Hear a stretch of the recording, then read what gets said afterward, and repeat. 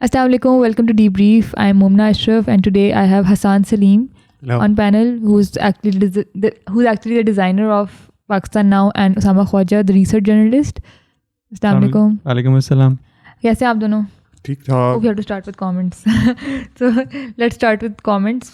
तो निकाल लें comments पिछले एपिसोड के. कल डीब्रीफ हुई नहीं है. कल एक्चुअली कल डीब्रीफ हुई नहीं है कि हमारी लाइट वजह बता दें. हाँ, बिजली नहीं थी हमारे पास. नहीं थी यहाँ पे. 4-5 घंटे नहीं थी ना लाइट, तो इसलिए. वैसे हमने सोचा ये था कि अब इस पे एक डीब्रीफ करेंगे. हाँ. लोड शेडिंग दोबारा से लेकिन जब तक ये डिसीजन होता लाइट आ गई थी. अगली बार नहीं बताएंगे कि हमारे साथ हुआ क्या था. अच्छा, तो पिछले एपिसोड में दोबारा बहुत ज़्यादा इंडियंस आ गए थे, पता नहीं क्यों आ जाते हैं. हाँ, अच्छा, हालांकि अब वी डिस्कस मैनी थिंग्स और बस एंड पे हमने एक असम की खबर डिस्कस की थी और उसमें बहुत ज़्यादा इंडियंस आ गए, बहुत ज़्यादा हेट मिल रही है हमें, लेकिन जवाब में हम प्यार ही देंगे. या हम तो जवाब में प्यार ही देंगे. बस एक अच्छा कमेंट है 6 hours ago का है, सप्तान Sadiq, thank you, your good job youngsters, keep it up, thank you. और बहुत गाली गलोच भी है और वही है कि जब भी हम लोग, लेकिन कमेंट्स काफ़ी ज़्यादा हैं. हाँ, 132 कमेंट्स हैं. 100, और जो यूजुअली नहीं होते, यूजुअली आई थिंक 40s या मैक्सिमम 60s में चले जाते हैं, लेकिन जब भी कोई इंडिया की बात हो तो बहुत ज़्यादा कमेंट्स आते हैं. और मतलब ठीक है, there are many issues that you guys picked up on कि पाकिस्तान में खुद माइनॉरिटीज़ के साथ काफ़ी ज़्यादती होती है. That's right, we not denying that, लेकिन we'll talk in detail about that also. लेकिन जो कहीं गलत हो रहा है किसी भी कोने में, we have to discuss that. So let's start with today's news. Afghanistan वाले से शुरू करते हैं. अफ़गानिस्तान वाली कुछ दिनों पहले एक इंटरनेशनल मीडिया के ऊपर काफ़ी ज़्यादा ये चीज़ मतलब बल्कि हर ये पिछले 4-5 सालों में से ही डिस्कस हो रही थी कि जो इस तरह की जितने भी यूएस ने इन्वेजन्स की हैं इराक़ में, अफ़गानिस्तान में, बाकी कंट्रीज़ के अंदर, तो वहाँ से जो यूएस बेस्ड ही जो डिफरेंट मिलिट्री इक्विपमेंट्स बनाने की कंपनीज़ हैं उन्होंने बड़ा प्रॉफिट बनाया है. तो ये डिबेट बहुत अरसे से चल रही है और ये बेसिकली जो एंटी कैपिटलिस्ट ब्लॉक है या एंटी कैपिटलिस्ट जो फिलोसफर्स हैं, थिंकर्स हैं, वो लोग इस पे खासा क्रिटिसाइज़ करते हैं कि जो टैक्स पेयर्स की मनी है वो जारी होती है डिफरेंट इंडिविजुअल्स या डिफरेंट कॉर्पोरेट कंपनीज़ के हाथों में. अच्छा, तो ये उससे रेलिवेंट. और ये डिफेंस वाली कंपनीज होंगी, एमएसजी में वेपन्स और डिफेंस वाली. बॉस्टन यूनिवर्सिटी के एक रिसर्च फेलो हैं, तो वो एक प्रोजेक्ट पे काम कर रहे हैं. अभी ये जो अफ़गानिस्तान की वॉर है, इस पे यूएस गवर्नमेंट ऑफिशियल जो फैक्ट्स हैं वो शेयर नहीं किया कि कितने पैसे टोटल खर्च हुए हैं, लेकिन उन्होंने डिफरेंट जो वेबसाइट्स थे पे डिफरेंट प्रोजेक्ट्स में जब वो चीज़ें आती रही हैं तो वहाँ से उन्होंने कलेक्ट किए हैं. और मेनली ये जो जितने भी पैसे हैं ये 2008 से लेके 2021 तक हैं.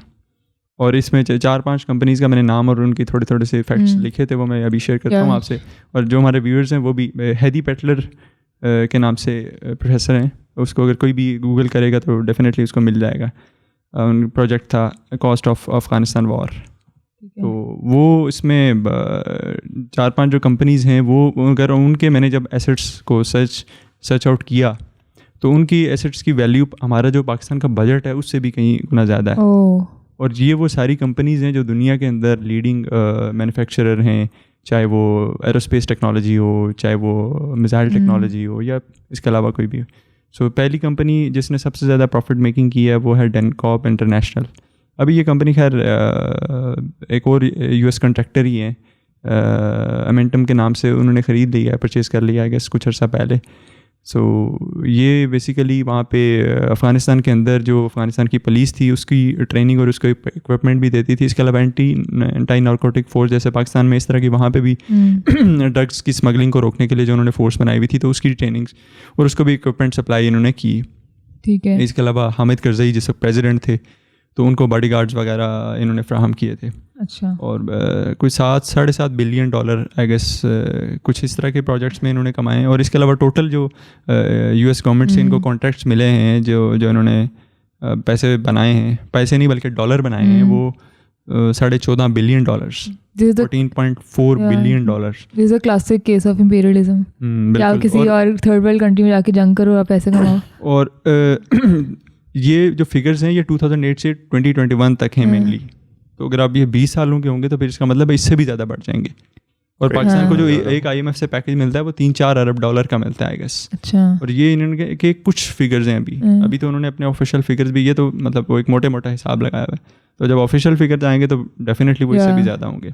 इसी तरह एक और कंपनी है फ्लोर कॉरपोरेशन, सो उसने डिफरेंट बेसिस बिल्ड की थी अफ़गानिस्तान के अंदर और फिर उनको वहाँ पे डिफरेंट सर्विसेज भी प्रोवाइड की थी। मतलब ये दिन में ना 1-2 लाख जो US और नेटो फोर्सेस के जो सोल्जर्स थे उनको फूड वगैरह इस तरह की चीज़ें सप्लाई करते थे। और इनको जो बेनिफिट मिला है वो तकरीबन $13.5 billion, $13.5 billion US billion dollar. और ये बेसिस अभी भी अफगानिस्तान में हैं?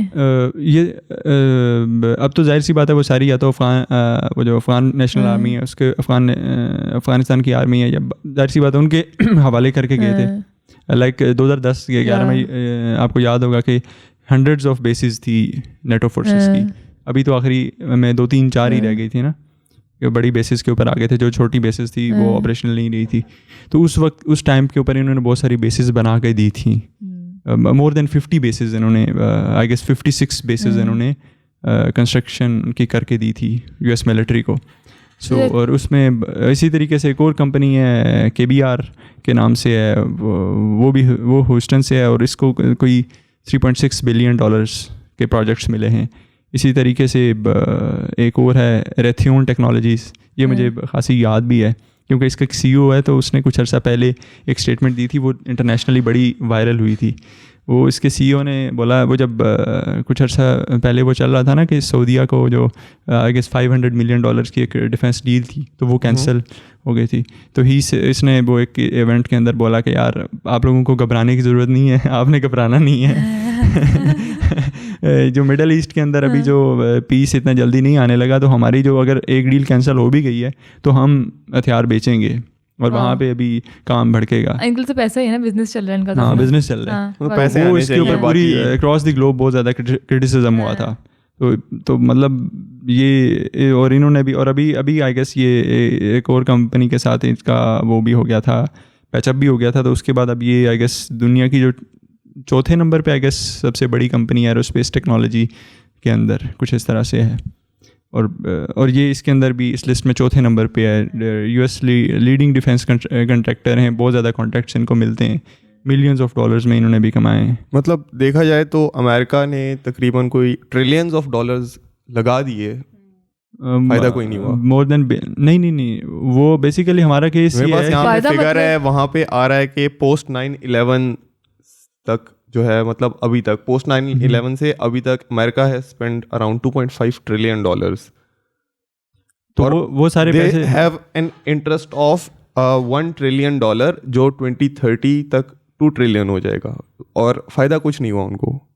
फायदा हुआ तो है, फायदा हुआ तो है पैसे को। हाँ, वो जो जितने ये आप देखें ना कि अमेरिका कंपनीज के पास जा रहे हैं ना, हाँ, कंट्री को तो कोई फायदा नहीं हुआ। यही हम बात कर रहे हैं ना कि ये कैपिटलिज्म का मॉडल ही यही है। हाँ, क्योंकि कंपनीज ने अपना सारा फायदा निकाल लिया, but the country is suffering, the American economy is thriving. वो इसीलिए तो वहाँ की जो पब्लिक है वो भी इस पे प्रोटेस्ट कर रही होती है कि या ये जो अभी जो इतना प्रेशर बिल्ड हुआ था कि अफगानिस्तान से अपनी फौजें वापस निकालें, वो इसीलिए अमेरिकन पब्लिक ये डिमांड कर रही थी ना, कि उसकी वजह ये है कि वो जो जितना उनके टैक्स पेयर का पैसा है, और फिर सिर्फ उनका ही नहीं है, फिर जितने नेटो अलाइज हैं या बाकी दुनिया के कंट्रीज़ हैं जो कि अलाइ थे इस वॉर के अंदर US के, उन सब का जो पैसा है वो सारा इन्हीं कंपनीज़ के पास किया है। पता है in the last century, 20th century की जो सेकेंड हाफ था 1950 ऑनवर्ड्स, तो फिलोसफर जो इकोनॉमिस्ट्स और जो लिबरल फिलोसफर्स थे ना, they came up with this theory, dependency theory. आपने सुना हो?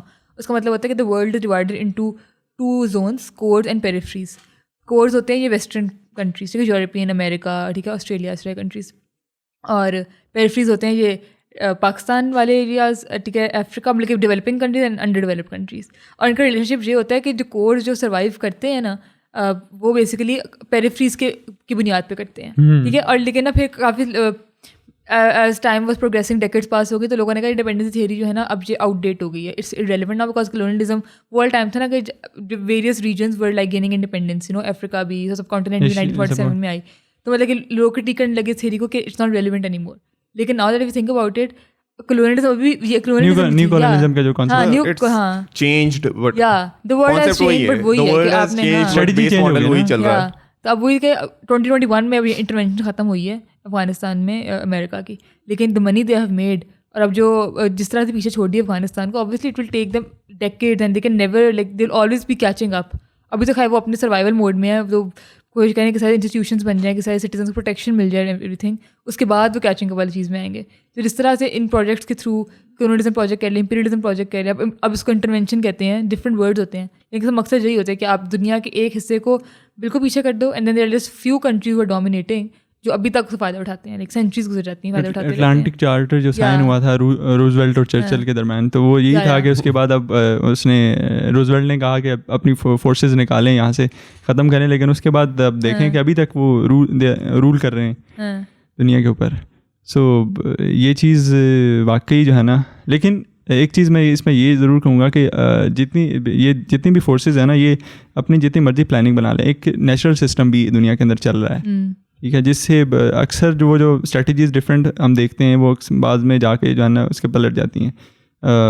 अमेरिका ने जितनी मर्जी प्लानिंग की हो, अभी वो उसमें यूएस सेनेट की जो हेयरिंग चल रही थी उसमें वो एक बिल ला रहे हैं कि इस चीज़ को इन्वेस्टिगेट करें कि पाकिस्तान का इसमें क्या रोल था, तालिबान को या अफ़गानिस्तान में एंटी यूएस फोर्सेस को किसने सपोर्ट किया, जिस वजह से हमें इतनी हजीमत उठाना पड़ी, इतनी शर्मिंदगी उठाना पड़ी। तो वो जितनी मर्जी प्लानिंग कर लें, लेकिन कहीं ना कहीं पे जो है ना वो फ्लॉज रह जाते हैं, सो उसका नुकसान होता है। प्लस जब आप डिस्ट्रक्शन जो है ना वो आसपास की कंट्रीज भी काफ़ी इफेक्ट होती हैं, and they don't own up to it. अब वो America is blaming Pakistan for everything.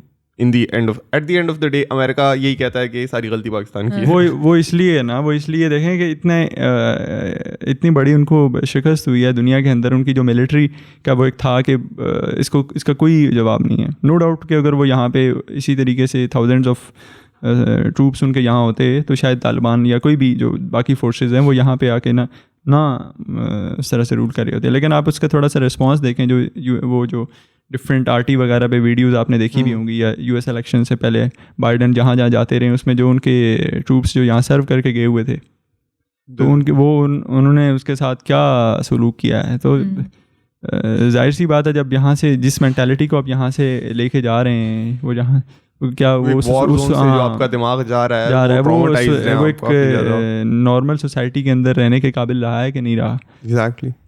तो इसका मतलब जब आप डिस्ट्रक्शन की बुनियाद के ऊपर, मतलब जब आप मिलिट्री इंडस्ट्री की बुनियाद पे जब अपनी इकोनॉमी को खड़ा करने की कोशिश करेंगे तो ठीक है, दुनिया के अंदर भी तबाही फैलेगी, लेकिन आपकी अपनी जो सोसाइटी है ना वो भी खराब हो जाएगी। वो उसके अमेरिका अब मतलब काफ़ी ज़्यादा पैसे लगाएगा टू रिहेबिलिटेट दो सोल्जर्स। बिल्कुल ऐसे ही है, तो वो पैसे वहाँ से भी जाएंगे। और फिर सबसे बड़ा नुकसान उनकी अपनी पब्लिक का है ना, जिसके टैक्स पेयर्स का पैसा जो था वो चंद कंपनीज़ के हाथ में चला गया। अब स्टेट जो है वो मजबूर है कुछ कंपनीज़ के आगे, कुछ मल्टीनेशनल कंपनीज़ के आगे, कि उनके फ्यूचर का जो डिसीजन है वो उन कंपनीज़ ने लेना है। अब क्या कहते हैं, let's move on to our next news. I think word discussion हो गया। नेक्स्ट हमारी न्यूज़ ये है कि ट्विटर पे आई थिंक पिछले 2 दिनों से ट्रेंड कर रहा है IBA कराची। और IBA ये सीन हुआ है कि IBA में जो फाइनेंस डिपार्टमेंट था वहाँ पे a student overheard the manager very badly speaking, abusing and mistreating one of the female employees. और एक जो एग्जैक्ट वर्ड्स थे जो सामने आ रहे हैं ये थे कि मैं तुम्हें यहाँ पूरी रात रखूँगा, ठीक है, जो भी होगा पर डांटे से उसको इस कॉन्टेशन बात की थी उन्होंने। तो ये बात जाके जो स्टूडेंट ने सुनी थी, he posted this on his social media account कि मतलब the female employees are being mistreated, और ये हरासमेंट है, ये अब्यूज़ है, वर्बल अब्यूज़ है।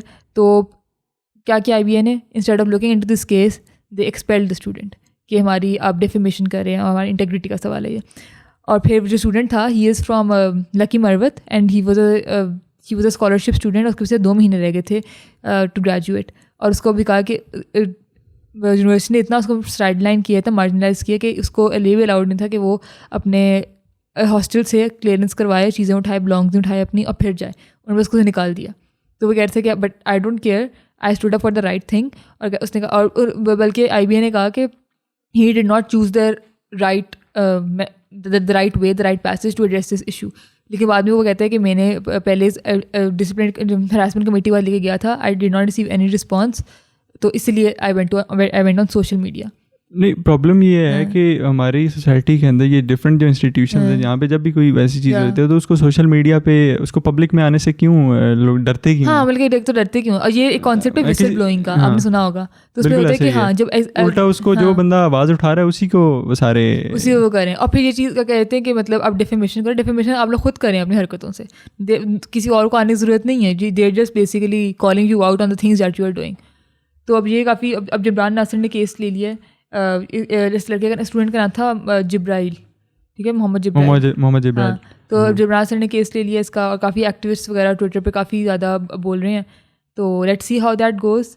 लेकिन ये है कि IBA की वाकई बहुत बदनामी हो रही है because of the way they have treated this, also because of the way their employees are being treated and then the way they treat I guess अगर पहले वो इसको एक्सपेल ना करते तो ये एक इंडिविजुअल का केस होता है ना, कि एक इंडिविजुअल ने ये हरकत की है और IBA ने उसके ऊपर इंक्वायरी कमेटी बिठा दी है, वो इंक्वायरी कर रहे हैं, और जो भी डिसीजन आएगा वो पब्लिक के सामने आ जाएगा, क्योंकि इस तरह के लोग तो किसी भी इंस्टीट्यूशन के अंदर हो सकते हैं, कहीं भी हो सकते हैं, मतलब वो उसको ज़रूरी तो नहीं है कि वो उसी इदारे से ही बिलोंग करता हो।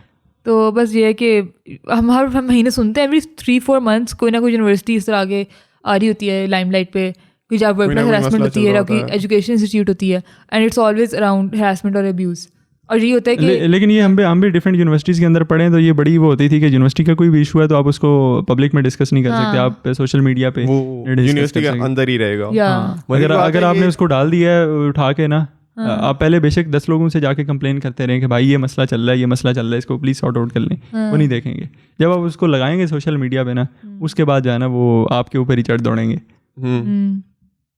ऊपर से जो यूनिवर्सिटीज़ है ना वो मोस्टली दे हाइड, वो इस तरह की चीज़ें काफ़ी ज़्यादा छुपाती है। ये जो आप 3-4 महीने का टाइम फ्रेम बता रही हैं, इसमें कोई 10-15 केसेस होते हैं जिसमें से 2 सामने आ जाते हैं।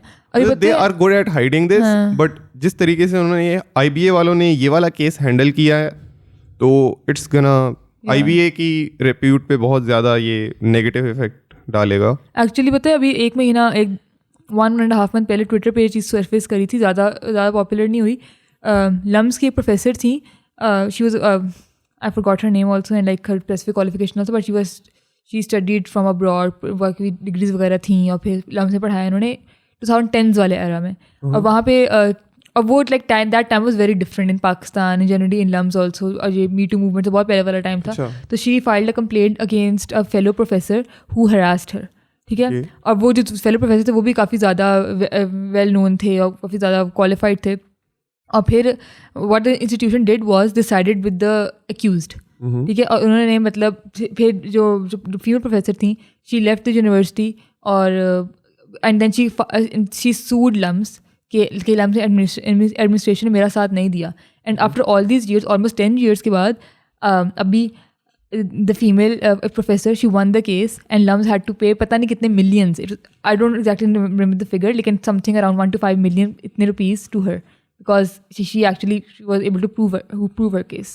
तो ये कि एक तो बात इतनी लंबी चली, और ऊपर से अब ये है कि if you look at LUMS माहौल बहुत डिफरेंट हो गया। पहले सोशल मीडिया उस तरह से नहीं था, और अब ये कि बहुत सारे प्रोफेसर बहुत ज़्यादा हाईली क्वालिफाइड थे, बहुत ज़्यादा मतलब बाहर यूनिवर्सिटी पढ़े हुए थे, और फिर LUMS का एक नाम था, और इवन बिग इंस्टीट्यूट से आप बहुत कम एक्सपेक्ट करते हैं, क्योंकि जो एक्सपेक्ट कि आप एजुकेटेड क्लास है, यूनिवर्सिटी है, तो ये इन चीज़ों को थोड़ा सीरियसली लेंगे, थोड़ा डील करेंगे, but that's unfortunately not the case. ये केसेस ना यहाँ मतलब हमारे कंट्री में फॉर सम रीज़न ये वाली चीज़ बहुत आम है।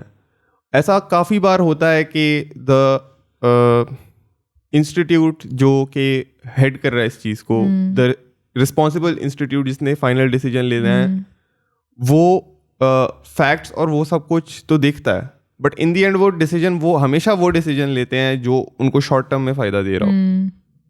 अब अगर लम्स ने लॉन्ग टर्म का सोचा होता, उनको मतलब थोड़ा सा भी आइडिया हो गया होता, और उन्होंने वो एक डिसीजन था वो उन्होंने ठीक ले लिया होता, तो they wouldn't have to go through ये एक 10 साल का लंबा कोर्ट ट्रायल। वो टाइम में डिफरेंट था ना। अब 10 साल पहले मतलब कि ये जो मीटू वाली चीज़ हुई है, आई थिंक 2014 में पहली बार आई थी, हॉलीवुड से आई थी।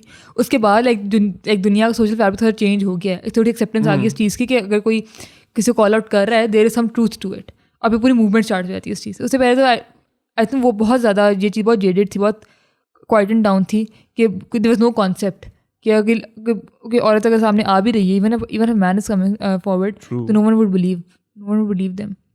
तो अब ये कि हाँ बात आपकी ठीक है, बट आफ्टर द मूवमेंट जो दुनिया जो वर्ल्ड वाइड मूवमेंट फैल गई थी, उसके बाद भी लाइक इट हैज बीन 2014 में फैली थी, it has been 6 years 7 years, और जो 7 साल का फालतू का ट्रायल चलता रहा है, हाँ पैसे भी बर्बाद किए उन्होंने। तो मतलब ये कि at least we are moving toward some accountability. मतलब ये कि अगर IBA का केस सामने आया है तो everyone is against it now, ठीक है। तो वो that itself tales a lot about the society जो अब बन रही है आहिस्ता जो चेंज आया है कुछ कि मतलब कि ठीक है गलत हुआ है, बच्चे साहब भी गलत हुए, एक्सपेल कर दिया, लेकिन why there is an outrage now compare to 10 years ago। ये बात आती भी ना, सर्विस पे आती भी तो मतलब कोई आउटरेज भी ना होता।